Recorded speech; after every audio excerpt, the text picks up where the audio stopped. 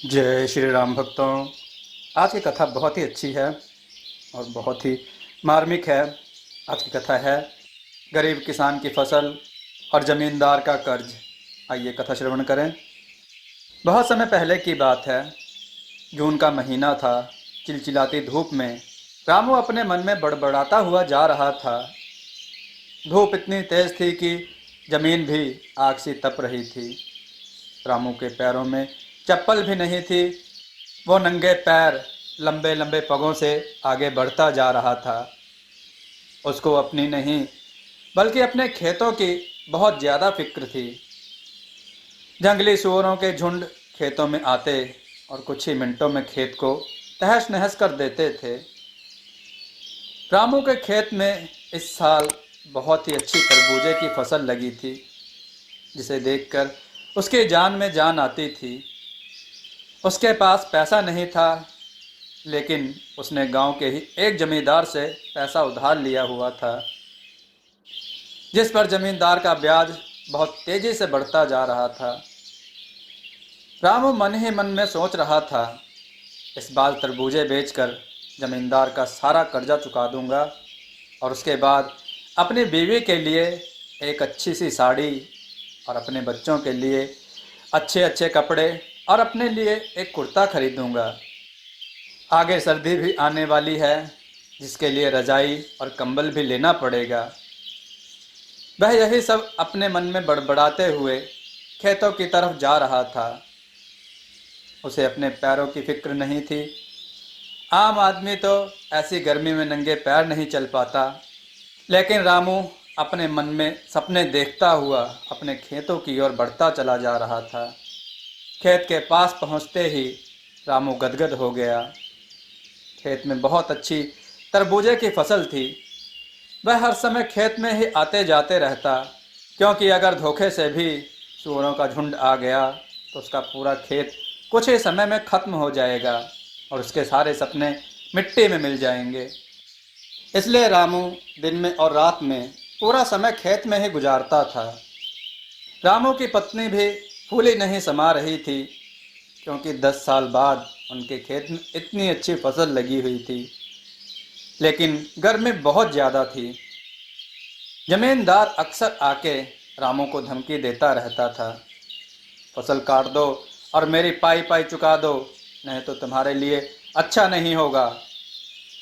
रामू ने हाथ जोड़कर कहा, इस साल खेत में फसल अच्छी लगी है साहब, मैं आपका एक एक पैसा पूरा चुका दूंगा।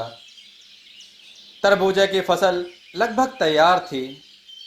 जितनी खुशी आज रामू को हो रही थी, इतना अंदाज़ा लगाना भी मुश्किल था। वह मन ही मन में खुशी से झूम रहा था, लेकिन उसको पता था कि अगर जरा सी भी हमसे चूक हुई तो मेरा सब कुछ नष्ट हो जाएगा।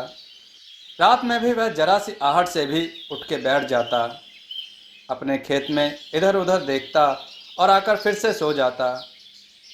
उसकी नींद कभी पूरी नहीं हो पाती। उसके सपनों में खेतों की याद बनी रहती थी। 3 दिन बाद अब तरबूजे की फसल को कटाई करके शहर भेजने वाला था। रामू और उसकी पत्नी बहुत खुश थे। उन्हें पता था कि अब हमारा भी अच्छा समय शुरू होने वाला था। हम सब भी अच्छे कपड़े पहनेंगे, हमारे पास भी रजाई और गुदगुदे गद्दे होंगे, ताकि सर्दी में पूरी रात ठिठुर ठिठुर कर ना गुजारनी पड़े। रामू और उसकी पत्नी ने हजारों सपने अपने मन में संजो के बैठे थे, क्योंकि फसल इतनी जो अच्छी हुई थी। रामू की फसल देखकर पड़ोसियों की भी जलन हो रही थी। वह भी मन ही मन रामू से नफरत कर रहे थे। रामू ने अपने पूरे खून पसीना लगाकर फसल तैयार की थी। 4 बीघे की फसल गांव में किसी ने पहली बार की थी, और इतनी अच्छी फसल शायद आसपास के गांव में कई साल बाद रामू ने ही की थी। खेत में तरबूजे चमक रहे थे। इस साल तरबूजों की कीमत भी बहुत अच्छी थी, इसलिए रामू सोच रहा था कि उसका सारा कर्जा चुकता हो जाएगा और बहुत सारे रुपए भी बच जाएंगे। अगले दिन रामू सुबह जागा, और हालांकि रात वह सो नहीं पाया था। रात भर जानवरों को भगाता रहा, मगर सुबह जब उसने अपनी फसल को देखा तो एकदम से उसकी खुशी से उसका चेहरा लाल हो गया। उसकी पत्नी खाना लेके खेत में आई और रामू को खाना खिलाया और उसके बाद रामू आराम करने लगा। रामू की पत्नी खाना देकर चली गई।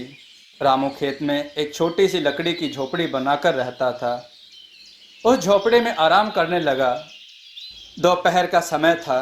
रामू भी उठकर इधर उधर देख रहा था, क्योंकि दोपहर में जंगली सूअरों का ज़्यादा खतरा रहता था। चारों तरफ धूप के कारण सनसन की आवाज़ आ रही थी। चारों ओर सन्नाटा छाया हुआ था। रामू के खेत से गांव की दूरी लगभग 1 किलोमीटर थी। रामू ने इधर उधर देखा, कोई जानवर दूर दूर तक नहीं था। ये सोचकर वह आराम करने लगा। इतने में ही उसे कब नींद आ गई उसे पता ही नहीं चला। रामू को नींद आते ही एक सूअरों का झुंड वहां आया और उसके खेत में टूट पड़ा। रामू इतना थका हुआ था कि वह बहुत ही गहरी नींद में सो गया। उसे कुछ पता ही नहीं चला और सूअरों के झुंड ने उनके खेत को कुछ ही मिनटों में पूरे तरह से तहस नहस कर दिया। सारे तरबूजे और पौधे पूरी तरह नष्ट हो गए। रामू नींद में सपने देख रहा था। सूअरों के झुंड ने पूरा का पूरा खेत साफ कर दिया। दोपहर के 3 बजे के आसपास जब रामू की पत्नी खेत में आई, तब खेत में उस समय सिर्फ 2 ही सूअर बचे थे। बाकी खेत पूरी तरह से साफ हो गया था। उसमें एक भी तरबूजा नहीं बचा था। रामू की पत्नी दौड़ती हुई रामू के पास गई। उसने उसे जगाया। जब रामू उठकर अपने खेतों की तरफ देखा तो उसका रंग पूरा उड़ गया। वह वहीं पर अपना माथा पटकने लगा। उसके सारे सपने बस थोड़ी ही देर में चकनाचूर हो गए। अब वह सोच रहा था कि जमींदार का कर्ज कैसे चुकाएगा। रामू की पत्नी बेहोश होकर वहीं गिर गई। रामू को भी होश नहीं था। उनको भारी आघात लगा हुआ था। वह बहुत बड़ा आदमी बनने का सपना नहीं देख रहा था। वह सिर्फ अपना घर सुधारने के बारे में सोच रहा था। लेकिन अब उसके सारे सपने पूरी तरह से टूट गए थे। रामू और उसकी पत्नी की आंखें खेत को देखकर पथरा सी गई। खेत में चल रहे 2 सूअर भी अब जा रहे थे। शायद उनका भी पेट भर गया था। खेत में ऐसा कुछ भी नहीं बचा था कि उसे जानवर भी खा सके। रामू ने आसमान की तरफ देखा और फिर वहीं गिरकर बेहोश हो गया। दोस्तों, आपको यह कथा कैसी लगी अपने विचार और सुझाव कमेंट में जरूर दें। हमारी कथाओं को लाइक करें, हमारे चैनल को सब्सक्राइब करना न भूलें।